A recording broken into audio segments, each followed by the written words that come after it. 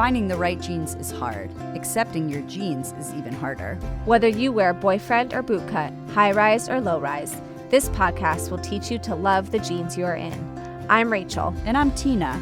And we're going to use modern research to bust diet myths and get real about body after baby. We're going to take you on a journey of unpacking your old beliefs about food and weight so you can learn to nourish your body and raise body-confident kids. So put your booty in a chair and let's talk mom jeans.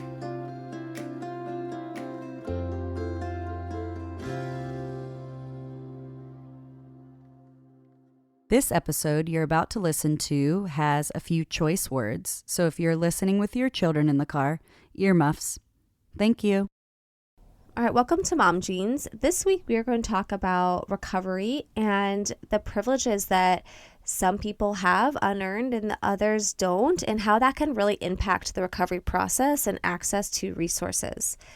As eating disorder professionals, we see firsthand the struggles that many of our clients go through, the many hours that go into making appointments, white-knuckling their urges, fighting off diet culture, and overcoming stigmas.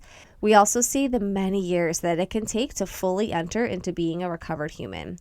We see you and how hard you're working. Thank you for all that you do for yourselves, and it is definitely a privilege to be able to work with such great humans. So in today's episode, we're going to chat about how to recover from your eating disorder in this current culture. However, we will be focusing on the group that does not have privilege. We believe that it is extremely important to touch on this topic because it is real and not talked about enough. We want to provide a little education on eating disorders before we dive into the interview so that some of you listening can be more informed. We want you to know that this process is challenging, but 100% worth it and possible. We also have dedicated the part 2 episode so that you can see 3 amazing mama stories. So stay tuned next week. So first, we want to lay out there that we both believe that full recovery is possible. We understand that there are different philosophies out there, but we have seen firsthand individuals struggle in the depths of their eating disorder, and during their hard work and their processing and their support, they are on the other side and are living their life without those behaviors or thoughts. Second, we want to bring focus to the fact that eating disorder recovery is hard, especially living in this diet culture and the ignorance that we have today. Our society is glorifying thin bodies, stigmatizing larger bodies, not providing access and privilege to all, and people are suffering without support. This culture is not designed to help everyone, and that is just flat out wrong. Hopefully, we can all continue to speak up and get our voices heard so that our future is one that includes access to all and more available support. That being said, the long journey those have in front of them means being able to have some sort of privilege. Because let me tell you, this shit is expensive. I just want to give you an idea. The going rate session for an eating disorder dietitian in Texas is anywhere from $100 to $135 an hour. For a therapist, it's anywhere from $100 to $150 an hour. And Rachel can attest that California is even more expensive. And don't get us started on inpatient treatment. You are looking at thousands of dollars per day, depending on the level of care. Yes, if you have insurance, then there are a lot of providers that take insurance. However, many people do not have access to insurance. And due to insurance's reluctance to cover mental health treatment, many do not have enough coverage by their insurance, and many providers are unable to contract with insurance companies due to their stringent guidelines and reimbursement rates. And then begs the question, what if you don't have access to insurance? Insurance is expensive. So what happens to the humans that don't have financial or insurance privilege? Do they just suffer from their eating disorder? Yeah, and that flows us into our third point, which is that anyone can have an eating disorder. This is not just your white girl with privilege stereotype here. You do not need to look a certain way, act a certain way, weigh a certain way. It can be anyone. The person sitting next to you, your best friend, your partner, your child. And the reason we say this is so that you can open your eyes and learn how to be sensitive with your words. Our words have power, and you never know if what you are saying can hold more power than you are meaning. So if you are about to shame someone for what they ate or comment on someone's body, let's check yourself. Check your privilege. Check how this power of words is going to affect the person you are with. You would be amazed how long a statement can stay with someone. So, today we would like to discuss a sensitive topic, but one that we feel is essential, with both of us being health at every size practitioners and believe and practice the principles behind it. We also want to point out, before we dive into this topic of recovery with lack of privilege, that we are both thin white women that have unearned privileges. Neither of us asked for these privileges, but we have them. We also both have had unearned financial privilege, both growing up in homes that provided us both financially, nutritionally, and created opportunity for us growing up. I will not give full credit on my upbringing to mean that I am where I am today because of that, but I know for sure that if I didn't have the privilege I did growing up, I wouldn't be where I am today, or it would have been extremely difficult. We are bringing on an individual that has done a lot of work in bringing focus to privilege and is trying to provide opportunity and education and resources to women of color and from Indigenous cultures. Her website is filled with helpful information from her blog, her classes, her resources tab, etc. I need to recognize that I am constantly learning and cannot say that I am fully aware and conscious of everything I should know related to this topic. So we are here to learn and keep an open ear as we are humans ourselves and are trying to make this world a better place. Without taking up more time, it is time to transition to this fabulous human. Off to Gloria.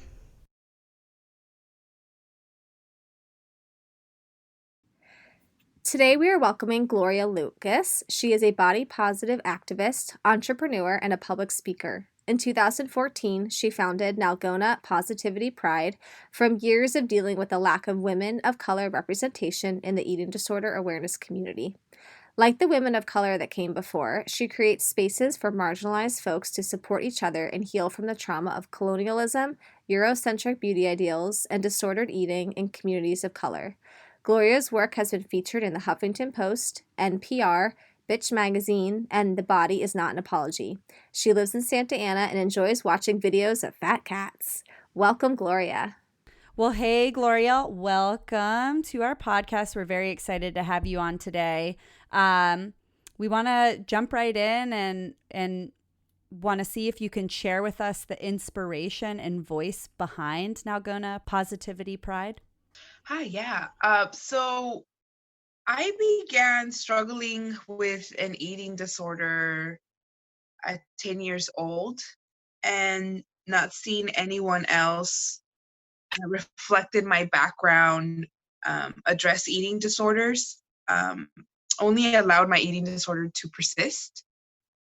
And so having a background in feminist community organizing gave me the inspiration to start a multifaceted organization like Nalgona Positivity Pride. And it all started with me giving talks, and with time it evolved. So I've been doing this work for 6 years now. I love it. Yeah, we're hoping this episode can provide more insight to our listeners that have unearned privilege and give voices to those that are struggling with marginalization and lack of privilege. So we wanted to see if you can provide our listeners with a little bit of education around unearned privilege and what that means. Yeah, so a lot of us are born with unearned privilege, meaning we really didn't have to do much, right? Or didn't have to do anything for the matter. For instance, my unearned privilege is the fact that I have legal status, right? I was just happened to be born under those circumstances. I am cisgendered, right? I agree with the gender assigned to me at birth. Had I been transgender or had I been gender nonconforming, this would have drastically changed my life simply because of the culture that we live in, right? And just the bias and discrimination against people who don't fit outside the gender binary, right? Who are outside the gender binary. And so I'm heterosexual, right? So that grants me to take up a lot of space, to have a partner not be more accepted. I also live in a smaller fat body. And had I had a larger body, I more than likely would have more of a hard time getting having the platform that I have in general, right? Because it's so evident even within the body positive community how I don't face the same amount of death threats as my fat friends do, simply because I live in a smaller body. So, and the fact that, for instance, that I'm light skinned as well, that's another. I mean, obviously, I'm not white passing, but nonetheless, I'm on a lighter shade for a brown woman. And so all of this, right? Not I didn't have to do much for it, but I was just given that in this life, and because of that, I have access to things. And so, and all of this again impacts my livelihood, impacts my mental health, impacts my access to my survival needs, everything, everything. So that is unearned privilege. In hearing you say that, I'm like, death threats. Like it like rang internally that like those that are trying to spread a positive message are even receiving death threats. It just like shook my core to be like, it's just upsetting that that is even existing. Um, I just want to throw that out there. I literally had a reaction to be Right. like, I never even like that kind of information is not crossing my mind. And I think in what, you know, a lot of the podcasts that Rachel and I are doing, we are speaking to the privileges that we have and the unearned privileges, and how really we're just trying to continue to educate ourselves and our listeners. And so if we can just even provide that and the awareness around like individuals are receiving death threats just from spreading a message because of the way that they look, that it's ridiculous, you know, and sad. Right. Right. And I didn't have to do much, but I have this access, and we all have access one way or the other, or advantages that just make our lives that much easier. I love that full list you went through because it helps people, I think, look at all the different areas that privilege exists. So I'm curious how people can educate themselves more or even just be more mindful and sensitive to how others don't have some of these unearned privileges and maybe struggle as a result. Right. I think this is where we all have to surround ourselves by podcasts, books, social media, new friends, of others that don't have our same experience. It's an investment to go out of our way, get outside our bubble, and learn about other people's experiences. And and being uncomfortable throughout this whole process, right? Being uncomfortable is how we do a lot of learning. And part of my line of work is we see how the body positive movement has been dominated by people in smaller bodies, or conventionally beautiful people, deemed beautiful people, right? And so what fat folks are in your bookshelf? How many fat friends do you have? Do you date fat people? Right? So all of these questions can help us understand our own biases and our own prejudices, and also um, do better. Yeah, so today we're talking about, this is technically a two-part episode. So we are hearing those in their recovery story, and then also chatting with you to, I know your website really provides resources and access to those struggling in an eating disorder and trying to find recovery. So, what are some areas of marginalization that someone faces in their eating disorders that those with privilege may not face? So, many times, depending on the community, having an unhealthy relationship with food is not considered an immediate problem, because they're lacking in and struggling with substance use, housing, food, medication, etc., right? For instance, the transgender community has high alarming rates of eating disorders, but yet there's no advocacy efforts to create that awareness and that it is an issue. And it's not considered an issue inside or outside the community because sometimes basic needs are not even being met. So those basic needs can become the priority instead of like the mental health issues. In many immigrant communities, there's not even language to talk about eating disorders. There's not language to address it in a non-stigmatizing way. Access to proper treatment is a problem for everybody. It's just extremely expensive. It is very expensive. And if you come from a low income background, more than likely there's a chance that you might not even step foot in an eating disorder treatment center, right? Like I think about myself, even though I've dedicated 6 years of my life providing education and training for a lot of providers and doctors, access to professional treatment is still a luxury for me. And so that informs people how there's so many gaps there's many gaps in general, but if you are living within the margins, those gaps become a lot bigger. It's really hard. I mean, even as a dietitian,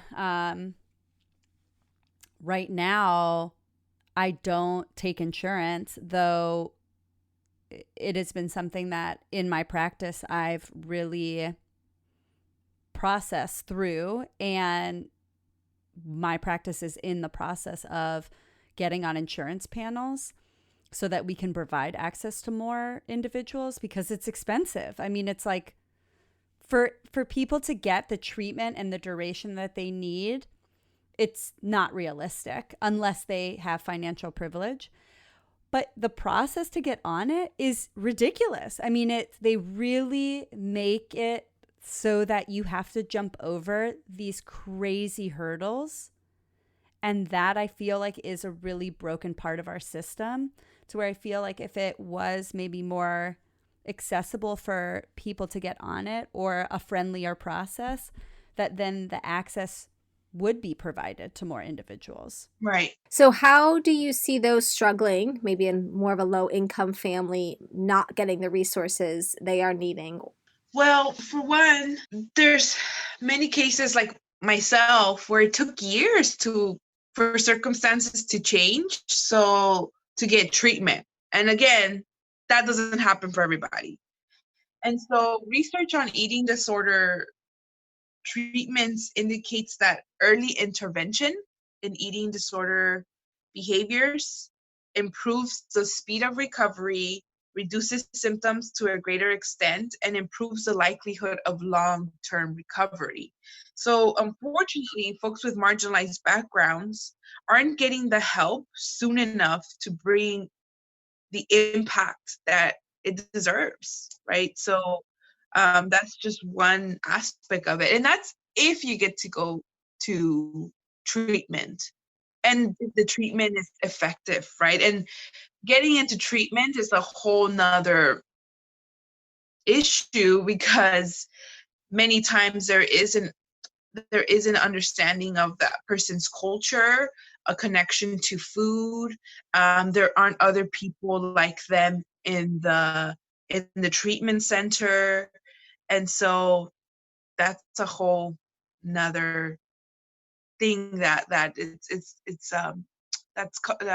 we address within the professional um, providers. Yeah, and even while they're in treatment, it's like there's, shame there being dictated by the insurance company of if they're not following along certain goals or quote unquote weight goals, then they're going to get discharged, or their weight is at a certain place. So therefore, either they're being compliant or they're not sick enough, or they should have to change their body. And so as a result, I feel like it is kind of it seems like it's a failing system. You know, it's not really set up for people to succeed, which is upsetting. I know that on your website, it talks about how you felt isolation in your recovery as a woman of color. And so can you speak to more about what that isolation is that you're talking about? I think there's so many levels of isolation throughout my journey. One being nobody's talking about it, so you feel like you're the only one. Your family and your circles don't understand eating disorders and don't know how to help you, even if they have the best of intentions. And then, even in doing this line of work, many times I feel like that unicorn because it's getting better. But when I first started, like I felt so out of place because there was nobody else that really looked like me that was doing this line of work. So, you know, there was many levels of it. And I think, as you know, another thing that I've been experiencing is I feel that traditional sense of recovery, which is long term abstinence from eating disorder behaviors, has really put a lot of pressure on people with platforms, anybody, right? Not just people with platforms, but I feel like for myself, as a person that still struggles with an eating disorder, that because there's a lot of people have this very rigid binary view of you're either recovered or you're not, that it also isolates you because this is the way recovery is talked about. And so all throughout, it's a very isolating and lonely experience. Yeah, I think that's a great point because I think what a lot of people don't realize about eating disorders is they come in all different ages, shapes, sizes, body types. And so you're right, until more voices are out there and there's more awareness of just the spectrum of eating disorder behaviors, recovery, and types, it's going to be very isolating and still remains isolating to feel like you're not understood or you don't really have a space to express yourself. So I appreciate the fact that you're offering this space that you have created for so many people. And I'm curious what some of your other favorite resources are for support if people are looking to just get that support. I feel that building an online community is very helpful for me. And I know for some folks, they might not be in areas where that's easy, but social media is a great opportunity to join these groups or Facebook groups or Instagram accounts that are filled with people fighting against fat phobia and diet culture. So building this community where you could speak the same language is so crucial for healing. Podcasts are free, and there's great podcasts out there that provide a lot of insight and give you the opportunity to reflect and unpack. So following these dietitian podcasts, these health at every size, body liberation podcasts, um, I recommend that. Books as well. More and more anti-diet books are being published. This was not so available 10 years ago. And so um, that's another opportunity for healing. And we also run a online peer support group for Black Indigenous people of color that is free, and it's held monthly. So if you go to our website at Nalgona Positivity Pride or our Instagram, you can find more information. The name of the support group is Sage and Spoon. And I know you have a lot of, I guess I would call it webinars or just other resources there that, yes, cost money, but if it is needed, like I saw the option where it's saying like if you cannot afford this this can come at as a free resource.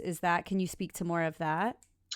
Yeah, so especially right now, some of the online events that we're having, we either one have it sliding scale where people can pay from the recommended amount and people choose what they can do.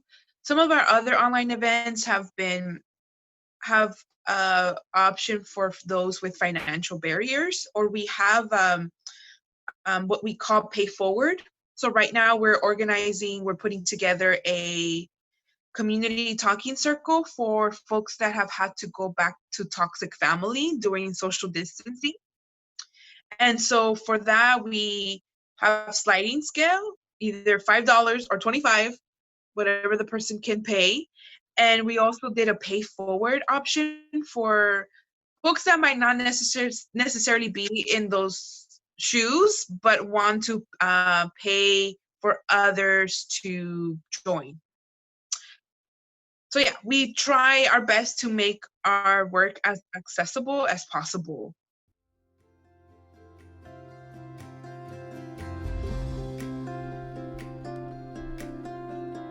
Hey listeners, Tina here to share with you some exciting news. If you have been enjoying this interview with Gloria Lucas, we wanted to encourage you to go and check out her website, Nalgona Positivity Pride, and her Etsy page, because we think it's amazing. We have decided to do a giveaway this week with the Nalgona Positivity Pride body poster. We are doing this giveaway on our social media pages.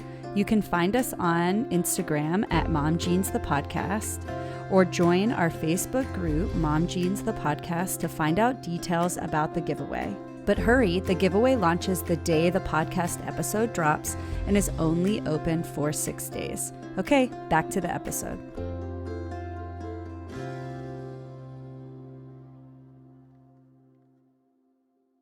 The last thing I want to hit on is something that I loved so dearly, and I actually learned about it from Erin Flores, and it's the body positivity poster that I literally have blasted up everywhere. It's in my office, in my home, and like I wish I could, I'm like sending it to people, I think it's absolutely fabulous. And I've experienced moments where people walk into my house or walk into my office and are like asking questions about it. And that's my favorite part about it, because it sparks up conversation and people wanting to get more education and build more awareness around it. So can you explain the motivation or story, intention, whatever, behind this poster? Yeah, so I created a poster a few years back. We also have it in Spanish, but my goal with this poster was so that it could be set and put up in different places that disrupts or prevents conversations that can be damaging for those struggling with eating disorders, or those struggling with body image, or folks that are in the gender spectrum, right, or whatnot.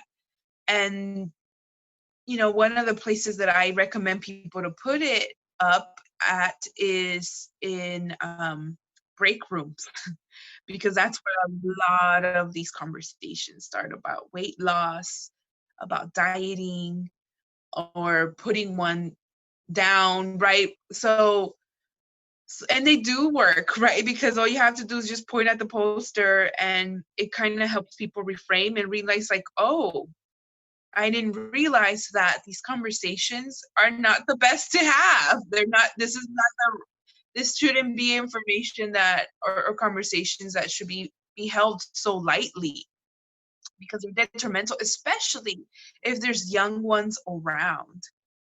Right? Because if there's the little ones are around, then we normalize these behaviors. And then that leads to punishing themselves and believing that they have to then fit this mold of a person. And so that was the goal behind this poster. And like I mentioned, we have it in Spanish, and hopefully I'll be working on a fitting room one. Oh, Yes. We want to be respectful of your time. Is there anything else that you wanted to add about just resources that you would love people to follow, or even just a message out there for those who are listening that are really relating to your story? Any words of encouragement that you would be willing to share? Yeah, that there's recovery and healing looks different for people. And so I encourage folks to figure out what that is. That there is a lot of pain in this journey of struggling with an eating disorder, but there's a lot of good things as well, because it helps you connect with other people, it helps you be vulnerable, and it gives an opportunity to look at the underlying issues of why this eating disorder exists. So I would just tell folks that you can get to a better place. You can grow from this, and that do not isolate yourself. Do seek out community. Do talk about it, even if it's uncomfortable. And I would encourage people to look into eating disorder harm reduction, which is a new topic that I'm covering and trying to gather more information, and people can go to my website to learn more about that. But again, recovery looks different for different people, and so just be kind and patient with oneself, and you're not alone. There's a lot of people struggling behind closed doors, and so those would be my encouraging words. And where people can find me is on not any either Instagram is what I mainly use, my website at Nalgona Positivity Pride. Okay. What's your Instagram handle? It's Nalgona Positivity Pride. Oh, okay. Awesome. It's a mouthful. Great. Well, thank you so much, Gloria. I appreciate you taking the time with us, and yeah, Thank thanks you. for sharing. Yeah.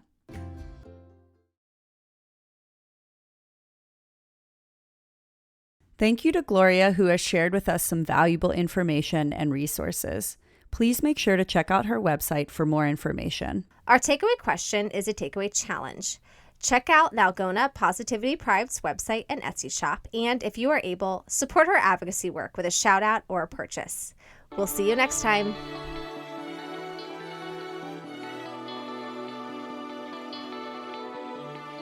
This episode of Mom Jeans was produced and edited by Rachel Coleman and Tina LeBoy. Just a reminder, this episode is not a substitute for therapeutic counsel or nutrition advice. Thank you to Jerry DePizzo for the music production. You can find episode information and show notes at www.momjeansthepodcast.com. Follow us on Instagram at Mom Jeans the Podcast, and join the Mom Jeans the Podcast Facebook group to find a community of mamas learning to love their bodies and discussing the episodes. Thank you. Thanks for listening to Mom Jeans. See you next time.